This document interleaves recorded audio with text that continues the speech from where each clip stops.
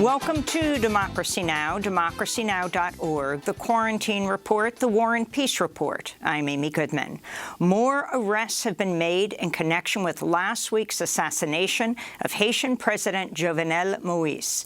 Christian Emmanuel Sanon is accused of working with the masterminds who plotted the killing after flying into Haiti on a private jet. He's believed to be a Haitian-born, Florida-based doctor.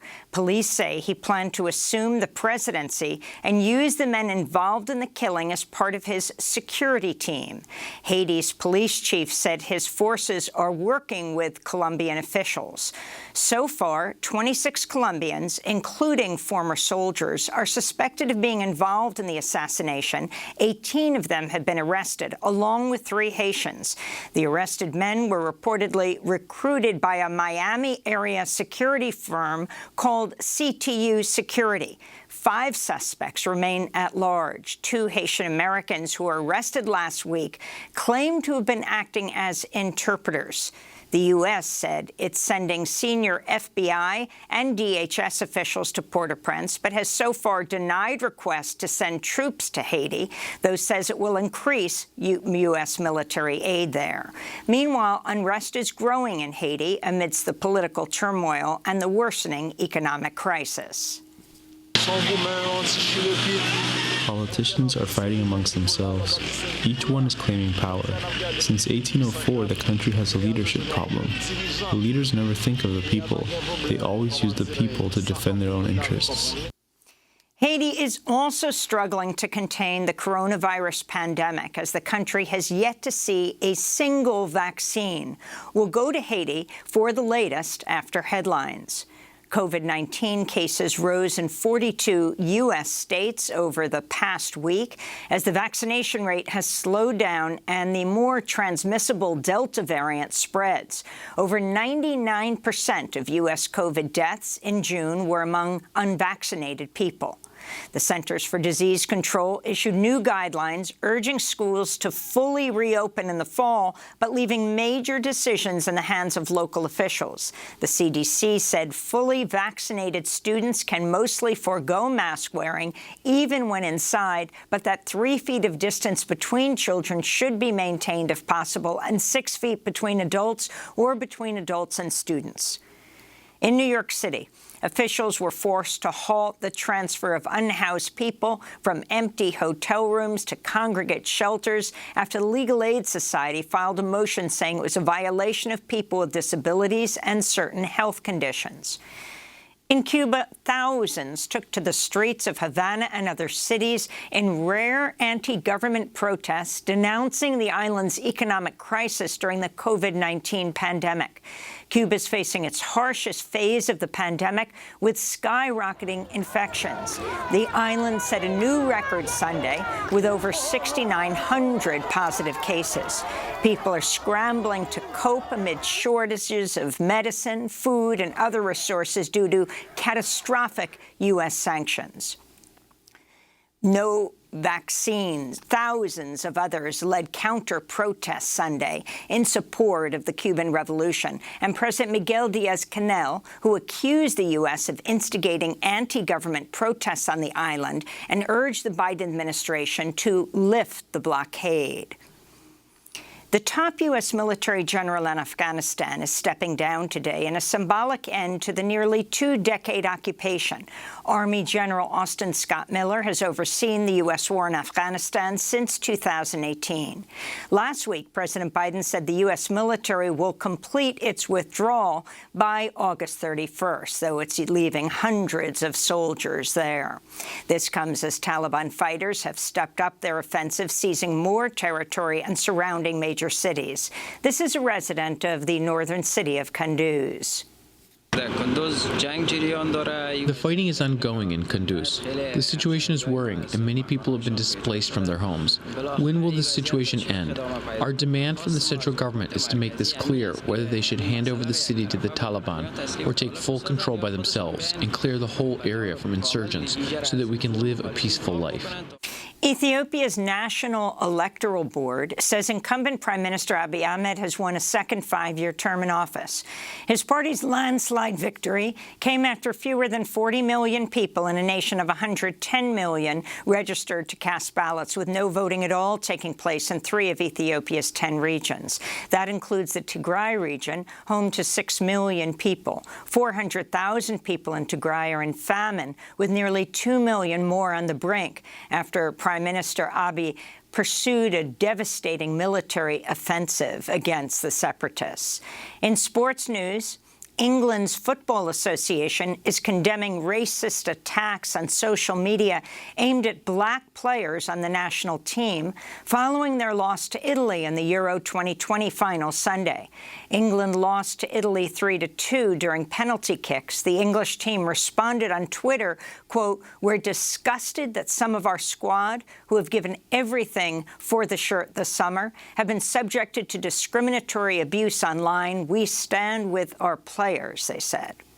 In Venice, Italy, officials at the G20 summit have backed a proposal calling for a global minimum tax for at least 15% in an effort to curb tax havens and loopholes for major corporations. The proposal faces many potential obstacles, including objections from businesses and low-tax countries. It also currently excludes financial services firms and extractive industries.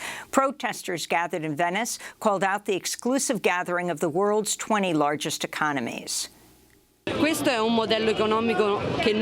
is an economic model that we want to oppose. It is the same economic model that today at the G20 they will try to propose again, to get the lost economy back in its feet after the COVID-19 crisis. This model of tourism, capitalism, and exploitation is not a sustainable model to recover from the economic crisis. President Biden issued a wide-ranging executive order Friday to curb anti-competitive practices, which he said stifle economic growth and lock workers into low-wage jobs. What we've seen over the past few decades is less competition and more concentration that holds our economy back.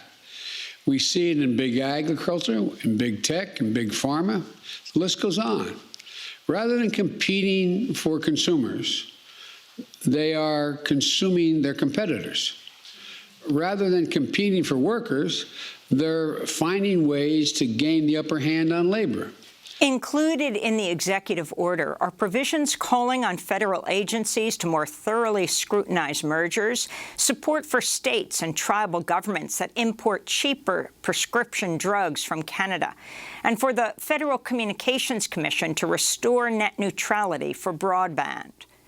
President Biden fired the head of Social Security, Andrew Saul, a Trump appointee and prominent Republican donor, after he refused a request to resign. President Biden has named a replacement to serve as acting Social Security Commissioner until a new permanent leader can be confirmed, but Saul insists he'll continue in the role. He's pushed anti-union and anti-benefits policies at the Social Security Administration. Bill Pascrell, Jr., chair of the House Ways and Means Subcommittee on Oversight, said Saul's agenda was, quote, to impose cruelty on seniors and the disabled. In immigration news, government data obtained by the ACLU has revealed the Trump administration began separating asylum-seeking families at the U.S.-Mexico border as early as May 2017, nearly a year before Trump's zero-tolerance policy officially went into effect. From July to December 2017, some 234 families were separated in Yuma, Arizona, according to government documents, though the overall numbers are likely higher. Many children remain separated from their parents 4 years later, while some parents are missing after having been deported. Some of the families originally came from Guatemala, Belize, Nicaragua, Angola, and Russia. In Texas, an African-American man who waited over 6 hours to cast a vote in March of 2020 faces up to 40 years in prison for, quote, illegal voting. 62-year-old Ervis Earl Rogers was arrested Wednesday and charged with violating a Texas law barring people with felony convictions from casting ballots. He remained in jail for 3 days until the nonprofit group The Bail Project paid his $100,000 bail. Republican Attorney General Ken Paxton ordered Rogers' arrest just before the start of a special legislative session in Texas in which Republicans are pressing new voter suppression laws and trying to make it more difficult for people arrested to post cash bail. On Tuesday, President Biden is set to deliver a major voting rights speech in Philadelphia. The city of Charlottesville took down 3 racist statues over the weekend, including 2 of Confederate generals Robert E. Lee and Thomas Stonewall Jackson. Lee's statue was at the center of the deadly white supremacist Unite the Right rally in 2017. Charlottesville Mayor Nakuya Walker spoke just ahead of its removal. Taking down the statue is one small step closer to the goal of helping Charlottesville, Virginia, and America grapple with its sin of being willing to destroy Black people for economic gains. Charlottesville, Virginia also removed a statue of 19th century explorers Meriwether Lewis and William Clark, who were involved in establishing settler colonialist rule over indigenous people. They're depicted with Shoshone interpreter Sacagawea kneeling by their side in a submissive posture. Meanwhile, the University of Virginia Sunday took down its statue of Revolutionary War military leader George Rogers Clark, who's depicted attacking a Native American family. The death toll in Florida's Surfside condo collapse reached 90 people. 71 bodies have been identified, including 3 children. Recovery work is expected to last at least another 2 weeks. British billionaire Richard Branson rocketed to 53 miles above the Earth on Sunday in a test flight of his privately funded Virgin Galactic spaceplane. Branson's trip above the atmosphere came just days before the world's richest person, Amazon founder Jeff Bezos, is set to fly to the edge of space aboard his self-funded New Shepard rocket. This month, Bezos stepped down as Amazon's CEO, in part to focus on his rocket company, Blue Origin, as it struggles to compete with billionaire Elon Musk's privately held SpaceX corporation. In response, Vermont Senator Bernie Sanders told the New York Times and Maureen Dowd, "You have the richest guys in the world who are not particularly worried about Earth anymore. They're off in outer space," Senator Sanders said. In western Arizona, 2 firefighters were killed Saturday when their plane crashed as they surveyed the Cedar Basin fire. It's one of thousands of wildfires burning on over 300,000 acres in 6 western states. California's largest wildfire exploded in size to nearly 84,000 acres Sunday, fueled by a withering drought and scorching hot temperatures.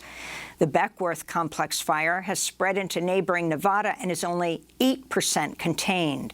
So far this year, California has seen 115 square miles consumed by wildfires, more than double what had burned at this point in 2020's record-setting climate-fueled fire season. The fires came as record heat returned to part of the western United States over the weekend, again fueled by the climate crisis. Las Vegas tied an all-time record high of 117 degrees Fahrenheit.